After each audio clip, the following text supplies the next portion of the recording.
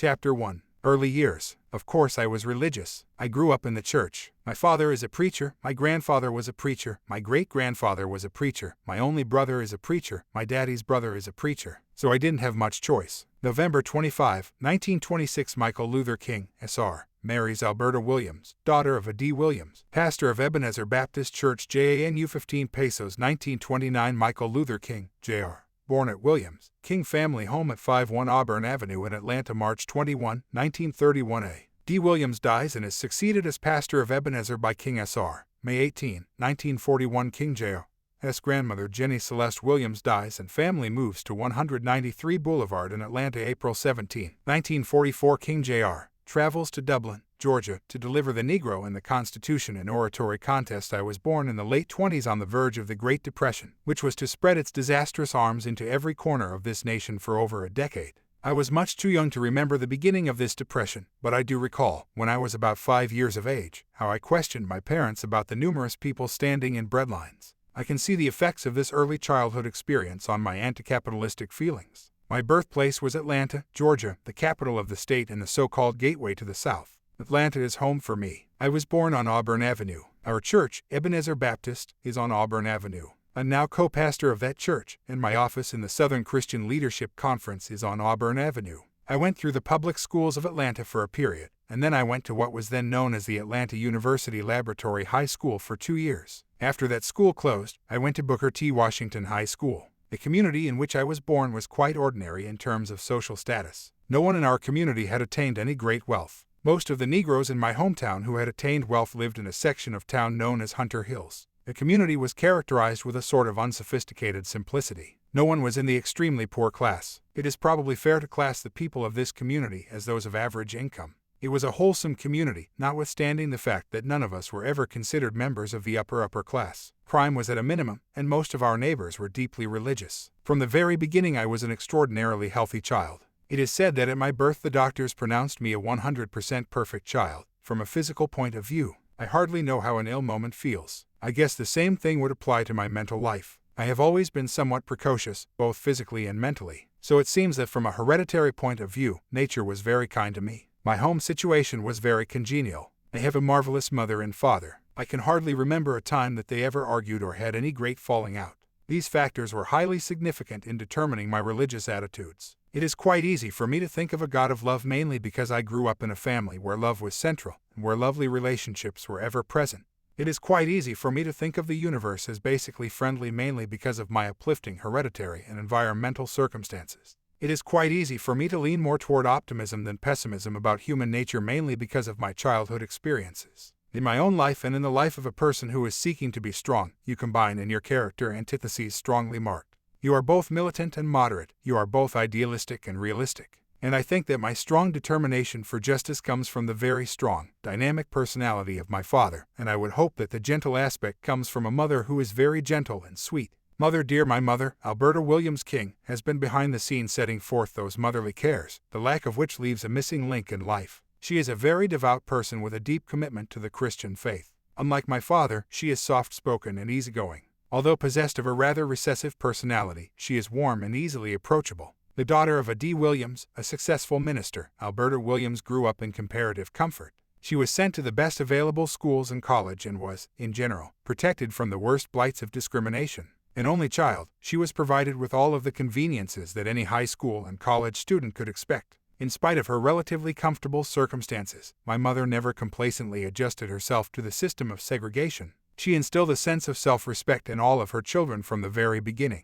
My mother confronted the age-old problem of the Negro parent in America, how to explain discrimination and segregation to a small child. She taught me that I should feel a sense of somebodyness, but that on the other hand I had to go out and face a system that stared me in the face every day saying you are less than, you are not equal to. She told me about slavery and how it ended with the Civil War. She tried to explain the divided system of the South, the segregated schools, restaurants, theaters, housing, the white and colored signs on drinking fountains, waiting rooms, lavatories, as a social condition rather than a natural order. She made it clear that she opposed this system and that I must never allow it to make me feel inferior. Then she said the words that almost every Negro hears before he can yet understand the injustice that makes them necessary: you are as good as anyone. At this time, Mother had no idea that the little boy in her arms would years later be involved in a struggle against the system she was speaking of.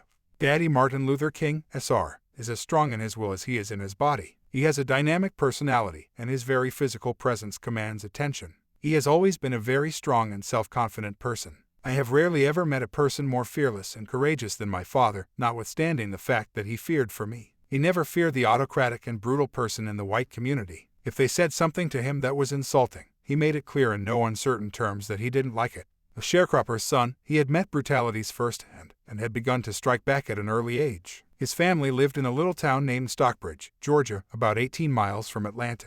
One day, while working on the plantation, he keenly observed that the boss was cheating his father out of some hard-earned money. He revealed this to his father right in the presence of the plantation owner. When this happened, the boss angrily and furiously shouted, "Jim, if you don't keep this nigger boy of yours in his place, I am going to slap him down." Grandfather, being almost totally dependent on the boss for economic security, urged Dad to keep quiet. My dad, looking back over that experience, says that at that moment he became determined to leave the farm. He often says humorously, "I ain't going to plow a mule anymore." After a few months he left Stockbridge and went to Atlanta determined to get an education. Although he was then 18, a year older than most persons finishing high school, he started out getting a high school education and did not stop until he had finished Atlanta's Morehouse College. The thing that I admire most about my dad is his genuine Christian character. He is a man of real integrity, deeply committed to moral and ethical principles. He is conscientious in all of his undertakings. Even the person who disagrees with his frankness has to admit that his motives and actions are sincere. He never hesitates to tell the truth and speak his mind, however cutting it may be. This quality of frankness has often caused people to actually fear him.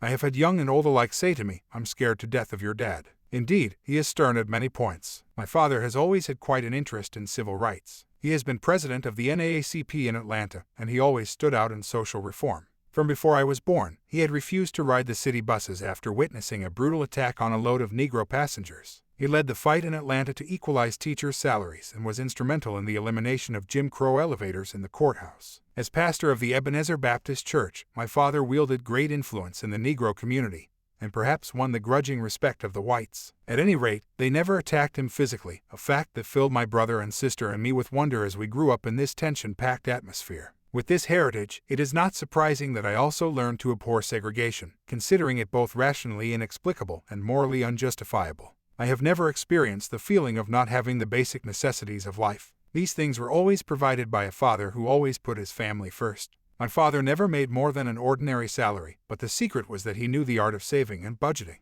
He has always had sense enough not to live beyond his means. So for this reason he was able to provide us with the basic necessities of life with little strain. I went right on through school and never had to drop out to work or anything.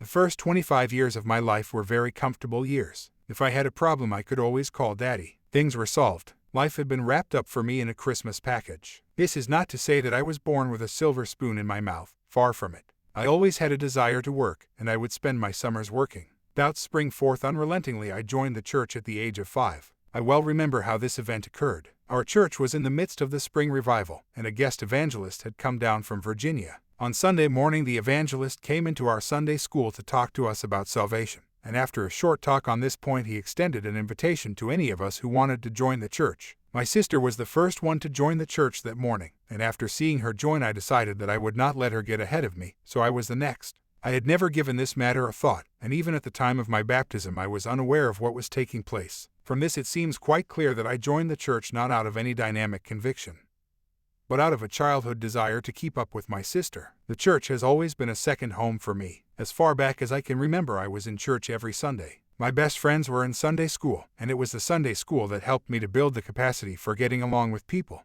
I guess this was inevitable since my father was the pastor of my church, but I never regretted going to church until I passed through a state of skepticism in my second year of college. The lessons which I was taught in Sunday school were quite in the fundamentalist line. None of my teachers ever doubted the infallibility of the scriptures. Most of them were unlettered and had never heard of biblical criticism.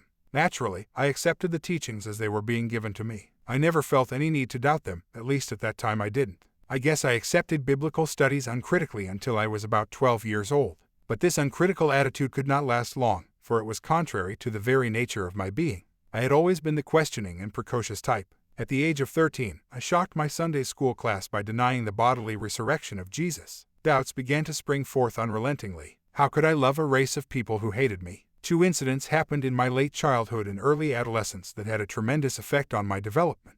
The first was the death of my grandmother. She was very dear to each of us, but especially to me. I sometimes think I was her favorite grandchild.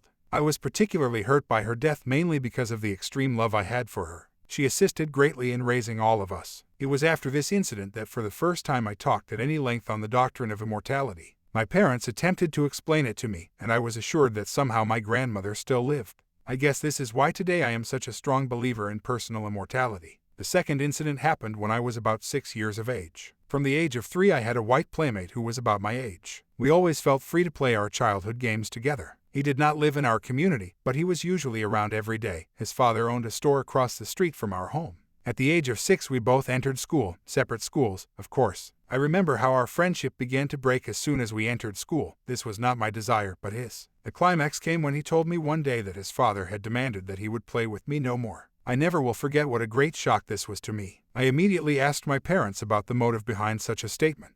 We were at the dinner table when the situation was discussed, and here for the first time I was made aware of the existence of a race problem. I had never been conscious of it before. As my parents discussed some of the tragedies that had resulted from this problem and some of the insults they themselves had confronted on account of it, I was greatly shocked, and from that moment on I was determined to hate every white person. As I grew older and older, this feeling continued to grow. My parents would always tell me that I should not hate the white man, but that it was my duty as a Christian to love him. The question arose in my mind, how could I love a race of people who hated me and who had been responsible for breaking me up with one of my best childhood friends? This was a great question in my mind for a number of years. I always had a resentment towards the system of segregation and felt that it was a grave injustice. I remember a trip to a downtown shoe store with Father when I was still small. We had sat down in the first empty seats at the front of the store. A young white clerk came up and murmured politely, "I'll be happy to wait on you if you'll just move to those seats in the rear." Dad immediately retorted, "There's nothing wrong with these seats. We're quite comfortable here." "Sorry," said the clerk, "but you'll have to move." "We'll either buy shoes sitting here," my father retorted, "or we won't buy shoes at all." Whereupon he took me by the hand and walked out of the store. This was the first time I had seen Dad so furious. That experience revealed to me at a very early age that my father had not adjusted to the system, and he played a great part in shaping my conscience. I still remember walking down the street beside him as he muttered, "I don't care how long I have to live with this system, I will never accept it."